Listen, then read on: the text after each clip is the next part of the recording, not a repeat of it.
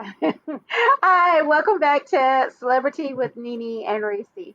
Um, Celebrity with Nene, and today I have Reese with me. So today we will be doing a recap of Love After Lockup, Episode 5, Season 32. Season 5, Episode 32. Okay, so the first couple we're going to start off with is Zariah and Troy. All right, so the episode picks up the day after Troy has gotten out of jail, and so we know from the last episode that Zariah was very, very worried about how big Troy's package was going to be. But she let all of us know the package is fine. They had a great time and dropped some news on him. So she lets him know that his mom is actually coming for a visit. And I say this is news because Troy hasn't seen his mom, I think he said, the entire time he's been locked up. And he also gives us some backstory, about how she kind of left him. He was raised by like his dad and his aunt, and so he just doesn't have that relationship with her. So he is taken aback that Zariah has invited her. I'm not for sure if he knew that Zariah had been talking to her or not. I may have missed that. I'm not for sure. Reese, help me out if it seemed like he I did don't know. think so. Okay, and so we see them go back to Zariah's home, which is now their home, and her son is very excited to see him. He's even calling him dad and everything. He did adopt her son, so I guess So he was very excited. Um, we saw Troy. He was trying to get acclimated with the home, and Zariah was talking to her sister, and then she's like, "Oh, you need to go pick up your mom from the train station." So the visit, it was right after he got out. So he goes to the train station to go pick his mom up. Well, while they were there, they sat down and he talked to her. He asked her why hasn't he seen her, and just kind of trying to talk to her, trying to figure out some things. And so they do talk. And, he kind of asked her, I don't want to say necessarily, he basically did ask her opinion on his wife. And she was just like, don't rush things and blah, blah, blah, blah, blah. And so that's kind of where their scenes cut off. So any thoughts on Zariah and Troy Reese? Um, I mean, I think it's kind of rude for her not to talk to him first. Like, I get what she was trying to do, but she should have talked to him because he don't have that kind of relationship with his mom. So at least give him that respect to say, yeah, I wanted her to come here, or maybe even pick who he wanted to come. Because he said his mom shouldn't have been the first he saw. He was like, she's over more so the last that he would have wanted to see. Um, and she seemed like she might end up being messy, so she might actually make it entertaining, but we'll see. Um, and then the only other thing I really had on them though was the fact that she was so like, cause in the previous episode she was like she'll pay for it to get like they'll pay for it to get bigger or whatever. I'm Yeah. just like I don't know. I just don't see how you have that kind of conversation. I know he like messed with her or whatever because of I guess her being so paranoid, but Hmm. that part was just weird to me. I'm like, and then to put it on TV because then we say this previously. You don't be talking about what your man do Right. because people watching might be waiting for that breakup and might be waiting on him. Hmm. So we know that with Ray, you know what I'm saying? Like everybody was like, "Oh, it's not Ray," So Hmm. you gotta be careful with that. Right. Because they do tend to get themselves an Instagram, and Hmm. from there, all I gotta do is slide into a DM off of things Yep. you told them. Yeah. Say those things. So yeah, it's not as crazy. Okay. So the next couple that we saw was True and Shantae. All right. And so we see them. They're still in the car from last week's episode. So they're still in the car. They're bickering, about his parole. What's going on with like his parole and stuff. Shantae becomes upset and she actually jumps out the car and she's talking to a producer or whatever.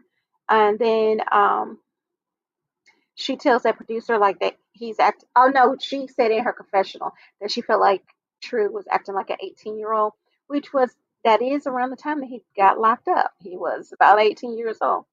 All right, and They end up getting back in the car. She gets back in the car. He kind of questioned her about her jumping out. And then the next thing we see, they're back at the B&B, the Airbnb. That's where they're staying at. And she asks him, well, what are we doing? And so he basically tells her that he wants them to be dating in their building while they're dating. So basically, they're not engaged anymore. All right. So you can tell, I feel like you could tell she was disappointed, but she was trying her best not to show it. And he even was asking her questions like, are you, okay with this? Are you mad? Do you feel like I used you? Did you feel this or that? But she says no and no, no. And then we see her, she actually goes outside. I think she's like on the back porch, and she's actually out there crying. And she did reveal that, she has put her life on hold for the last 3 years. So now she feels like her life was wasted. And, she made a few other comments and stuff, you know. So she really is hurt. So she wiped her tears, and we see her go back inside. But it looks like they probably slept in several beds that night. Mhm. What it kind of looked like. All right. So the next morning they talk again, and so their conversation, it didn't lead to bickering, but True did bring up them bickering, and he feels like things will get better between them. But he also let her know that well, she asked him like, "Where are you dressed up to go right now?" And he was like, he's about to go to the gym with his sister, and he actually ends up leaving. Shantae's not happy that he was there. She said she's seen more of the walls of the Airbnb than she's seen of him since they got there. And so we see like True gets in the vehicle with his sister, and his sister ends up talking to one of her friends, and she's like, "Yeah, we're about to go to the gym." So the friend is like, "Yeah, she'll come by the gym. She's going to by the gym."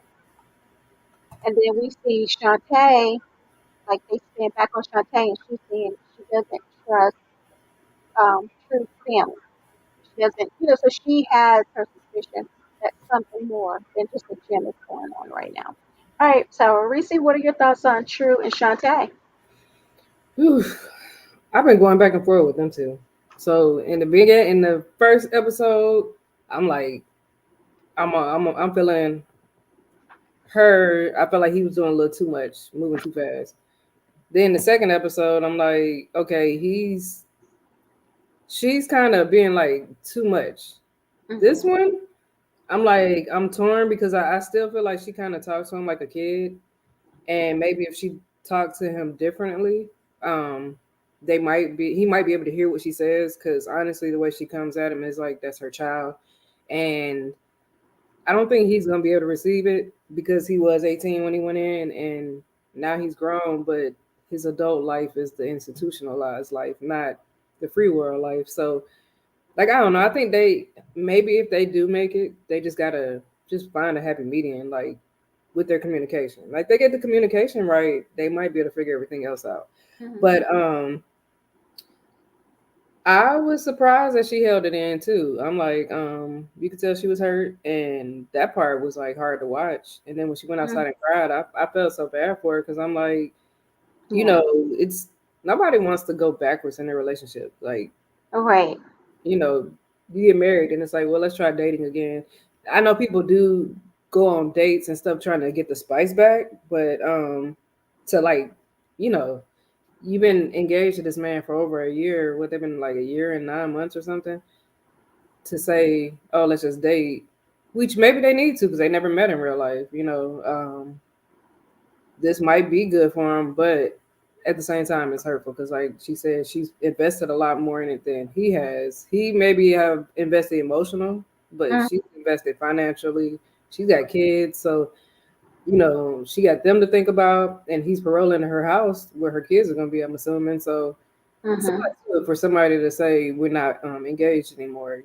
Now it's like you got just a dude coming to your house that you're dating, not even your fiance that's gonna be living with you. So I don't know. It's kind of weird, but at the same time, I don't know. Maybe it'll be good for them because I think they got some learning to do about each other because they don't talk to each other right, Made and up. he does still act like he's 18.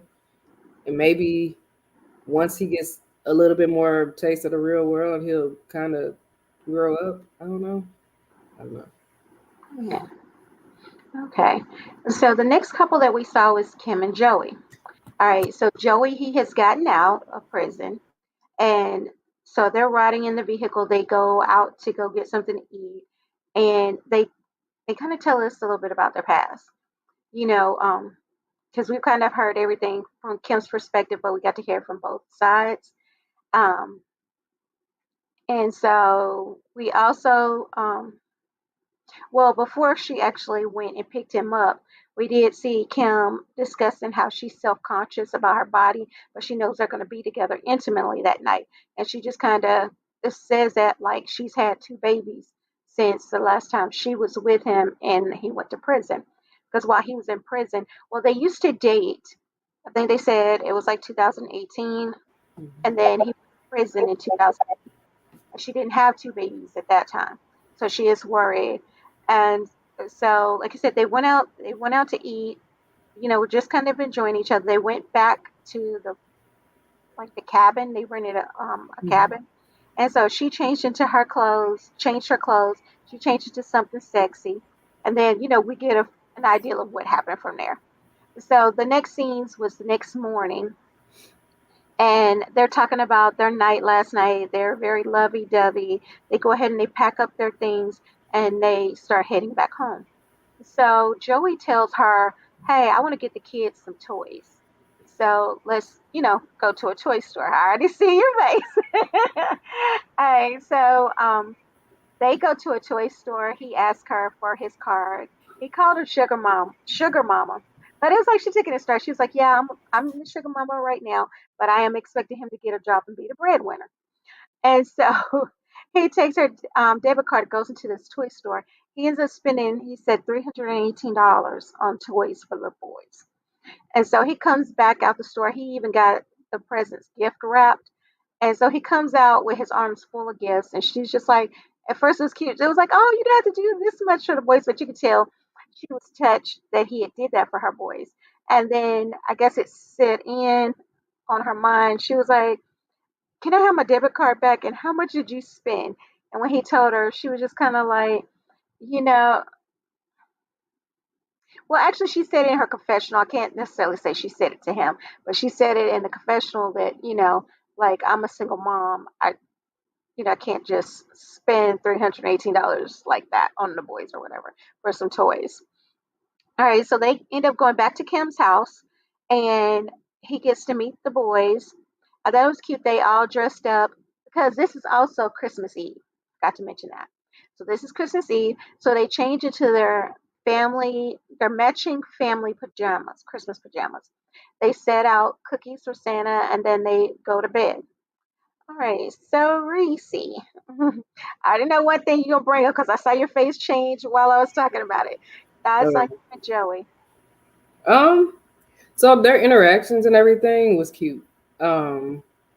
I felt like she was all subconscious about her body, but he could care less. Like he was like, he knew her before the babies and all that stuff, and like he's comfortable with her, and they've already been intimate. So he don't care about that. As a matter of fact, he called her beautiful. I don't know. He said she looked beautiful, and So I really actually like their interaction. The only thing that made me be like, oh my gosh, when he went in there and bought all those toys. Like first of all, I don't know what kind of toy store that was, but that was probably the first mistake. Should have went to like Target or something. I don't know, Walmart, something like.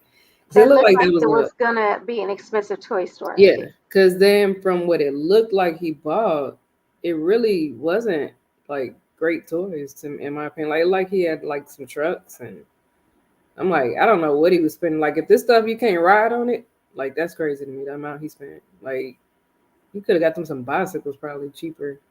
You know what I'm saying? Or some little tricycles or something that they could ride on. Something, I don't know. It just to me, maybe I just didn't see what he bought, but I'm like, that's crazy. And then too, um, it goes just back to common courtesy. Like that's not your money, and that's a debit card, not a credit card. Hmm. So you taking it straight out the account, like you know what I'm saying. So that's a lot of money to just be swiping if you don't know somebody's financial situation. So and like she said, she a single mom. So I just thought that was excessive amount that he spent on them toys. Like, I think after that part, I kind of was so like annoyed. But outside of that, Okay, there's something else I forgot to bring up that kind of annoyed me. So last week we saw it with Christine and Julian, Mhm. where they were bragging about not using protection. Oh yeah, This episode we see Kim and Joey. I ain't gonna say that she was bragging on it, but Joey was like, "Oh, I don't use protection at yeah, all. I don't never use." It." I'm like, "Wait a minute." Um, red flag. Even though he may be clean right now, but that's not an okay thing to just yeah, be out there not using protection and being proud of it. That's the way he was saying it. It yeah, was like almost like he was proud of it. yeah. Because he made some comment like, "You might be pregnant now," like from whatever they, from their little session. But I'm like, I feel like if any of them, like all of the women, should be careful because you don't even know for sure. Like give it some time with them being out and make sure that y'all really are gonna at least attempt to be together for real. Because I don't know, she get pregnant, that's 3 kids as a single mom. So it's like you really, you know what I'm saying, and you ain't even divorced yet. So you, I don't know. I would be careful because that man might, the husband might get mad if she get pregnant and not give her that divorce, make it harder. So Yeah. I would be careful at least till she get her divorce. Okay. And two, yeah, I mean, don't know where he what he been doing. Kind of. All right. So Bianca and Daniel was the next couple. Now this is the first time we've seen Bianca this season, and so the season, the episode starts out, or at least their scene start off. Bianca's upset that she hasn't talked to Daniel. I'm kind of laughing because Bianca's already showing a side to me, you know. So that's kind of why I was just chuckling right there. And so they are engaged, and we learn a little bit about Bianca. Like she is about to go out to Arizona. That's where Daniel is because when he gets released for the first 90 days, he has to live in Arizona. So she has gotten an apartment. She said she's paid, for the lease for 4 months so that she can be there with him. And she made it very clear that she's not leaving unless he can leave with her. All right. She also lets us know how she had a bad car accident. She was involved in a bad car accident where I think it was her back or her neck was broken. I don't remember which one, but one of them was broken and she had to have surgery and she lost her voice for a while. She said for a few months. Alrighty. And so we see her, she actually goes back to the scene of where that happens. And we see that she has some anxiety about being there at the scene, at the accident scene. She has her, then we see her, she meets up with a friend of hers. And so the guy, finally, Daniel calls her. And so she is on the phone, like, well, where are you at? You were supposed to call me at 12. You didn't call me at 12. I know your class was over at 12. So why didn't you call me at this? And she's just really hammering in on him. So when she gets done talking to him, her friend is like, can I speak to him? And so her friend, you kind of get it, like her friend was just trying to be a friend, like, hey, do you think you're going to be able to stay sober kind of thing. But Daniel, he got really defensive with it and I don't think he took it the way that the guy was asking the questions in the right manner. And so I feel like there was something else that happened with them too, and that I'm missing it. But I know she is days away from leaving, and so she said she can't really speak on like the specifics of her accident because apparently there was a lawsuit, and I guess she's gotten some money, but she can't necessarily speak a lot on it. All right, so Reese, what did you think about Bianca and Daniel? I agree with you with her being having some kind of way about her because she was like kind of spazzing out, and it's like, um, yeah, that wasn't cute. Mm-hmm. But I mean, I guess I understand to an extent because it was during that time when she had the panic attack. So I guess she just really wanted to talk to him. I don't know, but they didn't really show too much. I do agree with the friend. The friend was like, hey, you got to stay in that halfway house. And he was like, no, I'm not. Like, pretty much like, okay, Yeah, you did it your way, but I'm doing it mine. I feel like he got some ways about him too. So I don't know about these two. Yeah. Um, they both. I don't know. She overly emotional and he hard headed. I don't know. That might not be a good combination, but we'll see. We'll see. So what did you think about? She said she's not going to stop drinking, even though he doesn't need to be drinking. Well, I didn't hear that part. Yeah, because she was like, she doesn't see why she needs to stop drinking. Oh yeah, they gonna be toxic. Yeah. I think they gonna be toxic. Yeah. And then the one thing that I'll say that stood out because like I said, other than them kind of talking about the accident, the friend trying to tell him it'll be good for him to just stay at the halfway house like he's supposed to. I don't know how he's getting around it, but if he got a way to get around it and he's allowed to stay with her, then cool. But I think the halfway house probably the smarter move, and then just hang out with her when you can. Okay. But I think the one thing that I feel like was a bad move on her part was that she's told him how much she got, and he Oh, knows she how much told money. him. Yeah, she said he knows what how much money she has. Uh oh, I'm by myself. What? Um, yeah,